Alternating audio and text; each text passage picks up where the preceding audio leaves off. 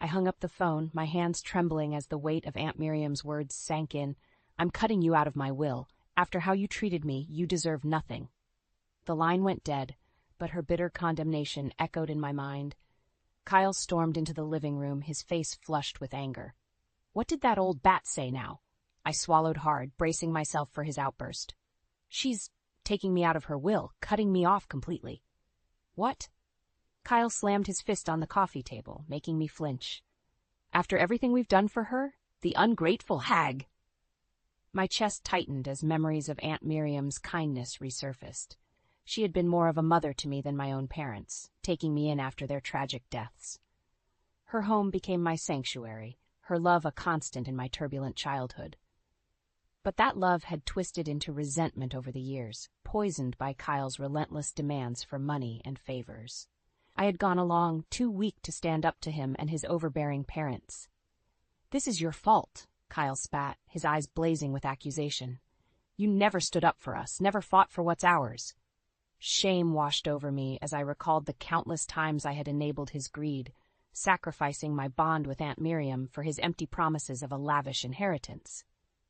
I had been a coward, too afraid to defy him and lose the illusion of wealth he dangled before me. "We're not going to take this lying down," Kyle snarled, his voice laced with determination. "That money is rightfully ours, and we're going to get it back, one way or another." As he stormed out, I sank onto the couch, my mind racing with memories of Aunt Miriam's unwavering love and support. How had I let it come to this? How had I allowed myself to become so consumed by greed and selfishness, betraying the woman who had given me everything? The weight of my guilt was suffocating, but deep down I knew the truth. I had brought this upon myself, and as the gravity of my actions settled in, I couldn't help but wonder if there was any way to undo the damage I had caused, or if I had lost Aunt Miriam forever. The apartment felt suffocating, the weight of Aunt Miriam's rejection pressing down on me. I needed air, an escape from Kyle's seething rage and the memories that taunted me. Grabbing my coat, I slipped out, the crisp night offering a fleeting reprieve. As I wandered aimlessly, flashes of my childhood flickered through my mind. The night Dad didn't come home from work, Mom's anguished sobs as the police delivered the tragic news. The deafening silence that followed, an emptiness no 9-year-old should ever have to endure. Then Aunt Miriam's warm embrace, her gentle voice soothing my fears. "You're safe now, sweetheart. I'm here for you." She had been my lifeline, my anchor in the storm that threatened to sweep me away. Her modest home became a sanctuary, filled with the love and stability I had so desperately craved. But even then, the seeds of greed had taken root, planted by Kyle's manipulative parents. "That old lady's loaded," they would sneer. "Just you wait, Trina. One day, that fortune will be yours." Foolishly, I had let their poisonous words take hold, blinding me to Miriam's unconditional love. And as the years passed, Kyle's demands grew more insistent, his parents' influence more toxic. "She owes us," he would snarl, his eyes glinting with avarice. "After everything we've done for her, sacrificing our own lives to take care of that ungrateful hag." I knew it was a lie, a twisted justification for his greed. But I was too weak, too afraid to stand up to him, to risk losing the illusion of wealth he dangled before me like a carrot on a string. "Trina, darling," Aunt Miriam would plead, her eyes brimming with hurt. "I've given you everything I have. Why isn't it enough?" But her words fell on deaf ears, drowned out by Kyle's incessant demands and the siren song of his parents' promises of riches beyond my wildest dreams. Now, as I wandered the empty streets, the weight of my betrayal threatened to crush me. I had sacrificed the one person who had truly loved me, the one constant in my life, for the hollow allure of material wealth. Aunt Miriam's words echoed in my mind, a haunting reminder of the depth of my transgression. "You deserve nothing." And in that moment, I knew she was right. I had brought this upon myself, and the only one to blame was the person staring back at me in the cold, unforgiving reflection of the storefront window. The sound of Aunt Miriam's labored breathing filled the stifling hospital room. I shifted uncomfortably in the hard plastic chair, guilt gnawing at my insides as I watched her frail form struggle for each ragged breath. "You came," she whispered, her eyes flickering open, a glimmer of hope in their tired depths. I forced a smile, unable to meet her gaze. "Of course, Aunt Miriam. Where else would I be?" Her bony hand trembled as she reached for mine, and I flinched, the weight of my deceit threatening to crush me. "I'm so sorry, dear," she rasped, her voice barely audible. "I never meant for things to end up like this." My throat constricted, the words I longed to say, the apology I owed her, stuck like shards of glass. But Kyle's voice echoed in my mind, a constant reminder of the price of defiance. "Don't be ridiculous," I managed, forcing a hollow laugh. "You've done more than enough for me already." Aunt Miriam's face fell, her eyes glistening with unshed tears. "But I wanted to give you everything, Trina, to make up for all the heartache you've endured." The guilt was suffocating, a vice around my chest that squeezed tighter with each shallow breath she took. I should have been the one comforting her, reassuring her that her love and support had been enough, more than enough. But the words never came. Instead, I sat in silence, a coward too afraid to break free from the chains of greed that bound me. Later that night, as Aunt Miriam slept fitfully, Kyle stormed into the room, his face contorted with rage. "Well?" he hissed, his eyes darting to the fragile figure in the hospital bed. "Did you get through to her? Make her see reason?" I shook my head, unable to meet his accusatory glare. "Useless," he spat, slamming his fist against the wall. "We're running out of time, Trina. That money is ours, and I'm not going to let some senile old bat stand in our way." His words cut deep, but I knew there was truth in them. We had sacrificed too much, endured too many years of her empty promises and hollow gratitude. It was time to take matters into our own hands. As Kyle ranted, his voice rising with each venomous syllable, I caught a flicker of movement from the corner of my eye.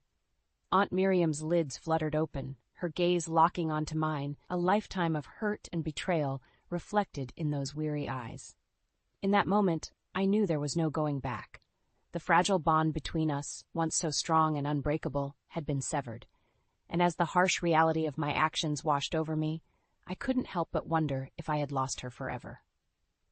The shrill ring of the phone sliced through the tense silence, shattering the fragile calm that had settled over our apartment.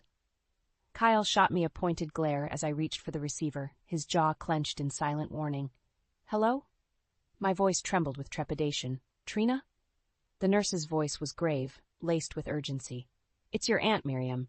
There's been an incident. You need to come to the hospital right away." My heart plummeted, a cold dread washing over me. "What happened? Is she okay?" A weighted pause then. "She's fallen. Hit her head pretty hard. The doctors are doing everything they can, but—" She trailed off, the unspoken words hanging heavy in the air. The line went dead, but the implications lingered, a suffocating weight pressing down on my chest. I turned to Kyle, my mouth dry, struggling to find the words. "Well?" he snapped, his eyes narrowing with impatience. "What is it?" "It's Aunt Miriam," I managed, my voice barely above a whisper. She's hurt. Bad." For a fleeting moment, a flicker of concern crossed his features, quickly extinguished by the ever-present hunger that burned in his eyes. "How bad?" he demanded, leaning forward, his knuckles whitening as he gripped the armrests of his chair. I swallowed hard, the gravity of the situation threatening to crush me. "They didn't say, just that we need to get to the hospital right away?" Kyle's nostrils flared, his lips curling into a sneer. "Of course they didn't," he spat, rising to his feet with a suddenness that made me flinch. "They're probably just trying to milk us for more money, the vultures."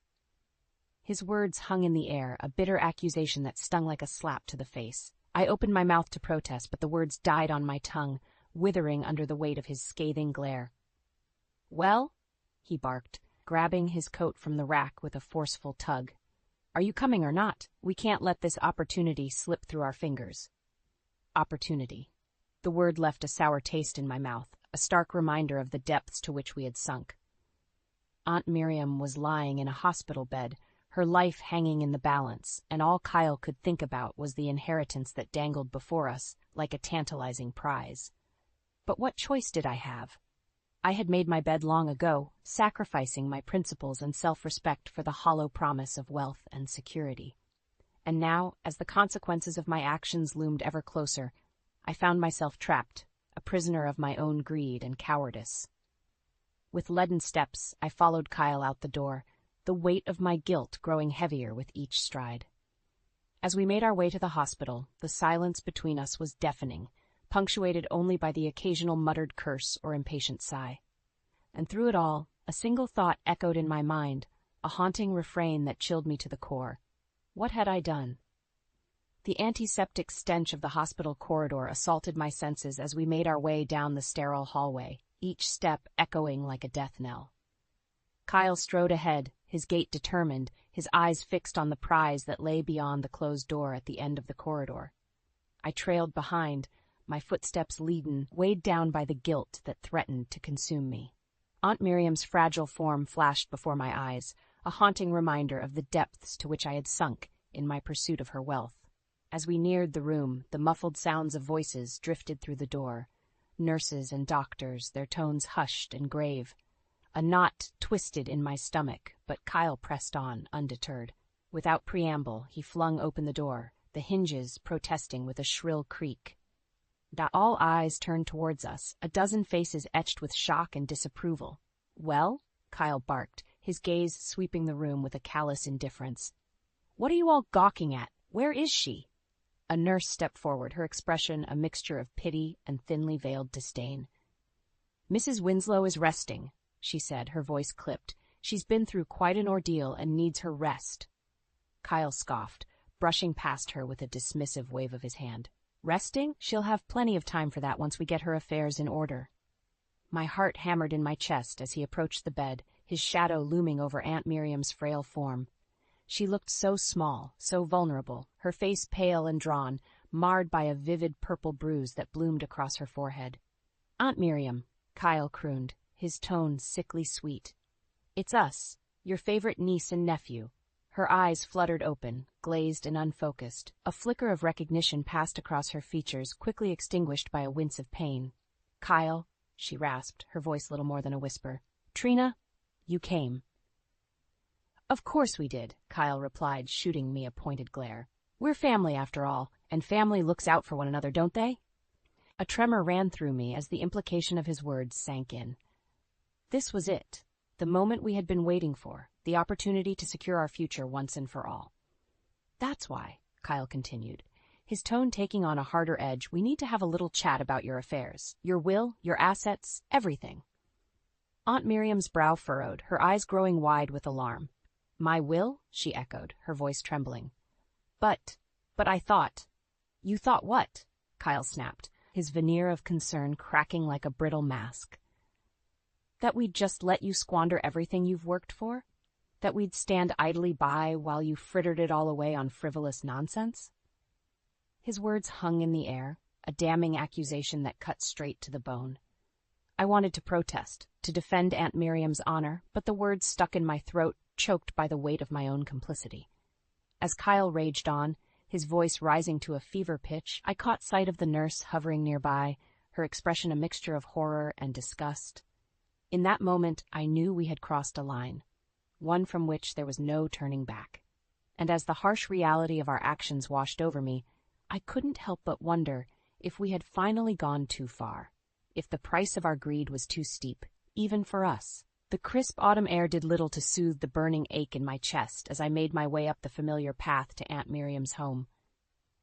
Each step felt heavier than the last, weighed down by the burden of shame and regret that had become my constant companion. As the stately manor came into view, memories assailed me, happy times spent in its warmth and comfort before greed had poisoned everything. I could almost hear the echoes of Aunt Miriam's laughter, the gentle melodies she would hum as she tended to her beloved garden.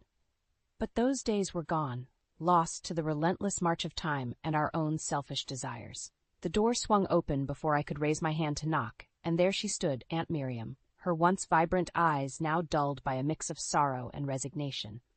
"Trina," she said, her voice little more than a hoarse whisper, "I've been expecting you." I opened my mouth, but no words came. What could I possibly say to undo the hurt, the betrayal we had inflicted upon her? "Come in," she sighed, turning and disappearing into the dimly lit interior. I followed, each step feeling like a descent into the depths of my own personal hell. The once inviting foyer was now a mausoleum, the air thick with the weight of shattered dreams and broken promises. Aunt Miriam sank into her favorite armchair, her movements slow and labored, a stark contrast to the vibrant woman I remembered. She gestured for me to sit, her gaze unwavering, piercing straight through to my soul. "I know why you're here," she said, her voice barely audible above the ticking of the grandfather clock. "You want to know about the will." My heart hammered in my chest, the familiar ache of greed and longing stirring within me. This was it, the moment we had been waiting for, the opportunity to secure our future once and for all. But as I opened my mouth to speak, Aunt Miriam raised a trembling hand, silencing me before the words could leave my lips. "Don't bother," she said, her eyes hardening with a resolve I had never seen before. "I've made my decision, and nothing you or that wretched husband of yours can say will change it." A chill ran down my spine, her words cutting deeper than any knife. This was no idle threat. I could see it in the set of her jaw, the steely determination that burned in her gaze. "You're cutting us out?" I managed, my voice little more than a strangled whisper. Aunt Miriam's lips curved into a humorless smile, a bitter twist of the knife. "Cutting you out?" she echoed, her tone laced with a mix of pity and contempt. "My dear, you cut yourselves out long ago, the moment you decided that money and possessions were more important than family, than love." Her words hit me like a physical blow, knocking the wind from my lungs and leaving me gasping for air. I wanted to protest, to defend our actions, but deep down, I knew she was right.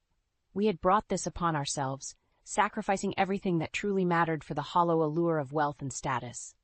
As the weight of her condemnation settled over me, I felt the last vestiges of hope slip away, replaced by a cold, bitter resignation. We had played the game, and we had lost. Spectacularly, irrevocably. And as I looked into Aunt Miriam's eyes, I saw not anger or hatred, but a profound sadness, a mourning for the family we had once been, and the love we had so carelessly squandered. In that moment, I knew there was no going back, no undoing the damage we had wrought. The only path left was forward, into the desolate wasteland of our own making. The deafening silence that hung over our apartment was suffocating, broken only by the occasional muffled sob or the clink of a glass against the coffee table. Kyle sat hunched in his chair, his eyes glazed and unfocused, a half-empty tumbler of amber liquid clutched in his trembling hand. "This can't be happening," he muttered, his words slurred and thick. "Not after everything we've sacrificed."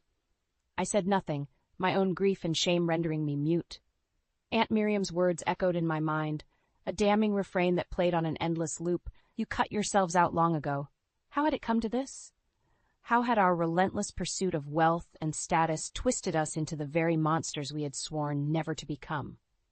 A bitter chuckle escaped Kyle's lips, jarring me from my reverie.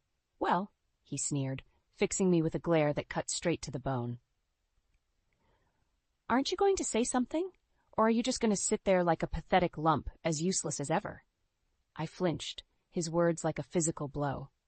A part of me wanted to lash out, to defend myself against his vitriol, but what was the point?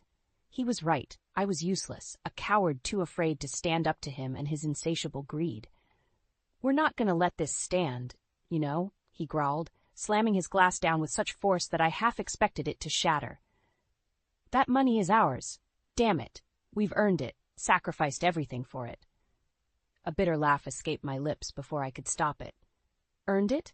I echoed, my voice dripping with contempt.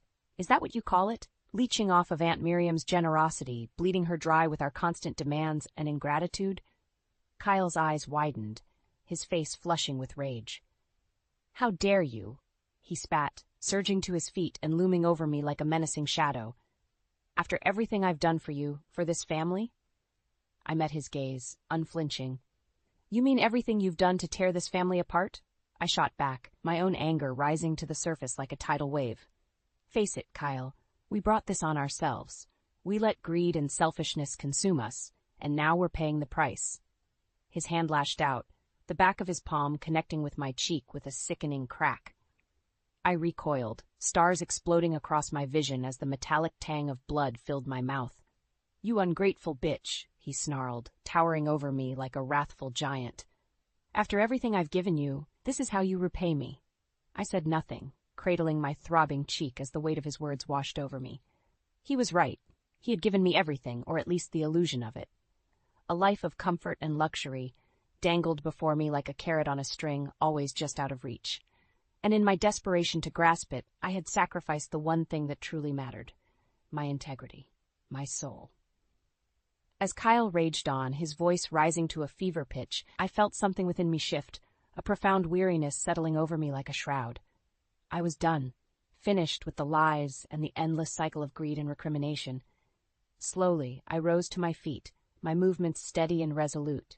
Kyle fell silent, his eyes narrowing with suspicion as I met his gaze, unflinching. "It's over, Kyle," I said, my voice low but laced with a steely determination. "No more begging, no more pleading. We made our bed, and now we have to lie in it." His lips curled into a sneer, but I could see the flicker of doubt in his eyes, the first cracks in his armor of bravado. "You're really going to let that old hag win?" He spat, his words laced with venom. "After everything we've been through?" I said nothing, simply turned and walked away, leaving him to stew in his own bitter juices. It was time to start over, to rebuild from the ashes of our shattered dreams and broken promises. And this time, I vowed, greed and selfishness would have no place in my life. This time, I would be the master of my own destiny. The harsh glare of the neon open sign cast a sickly glow over the dingy diner, its flickering light a beacon for the weary souls who sought refuge within its cracked vinyl booths.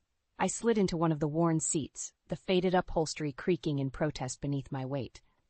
The waitress, a world-weary woman with eyes like smudged charcoal, ambled over, her pen poised over a grease-stained pad.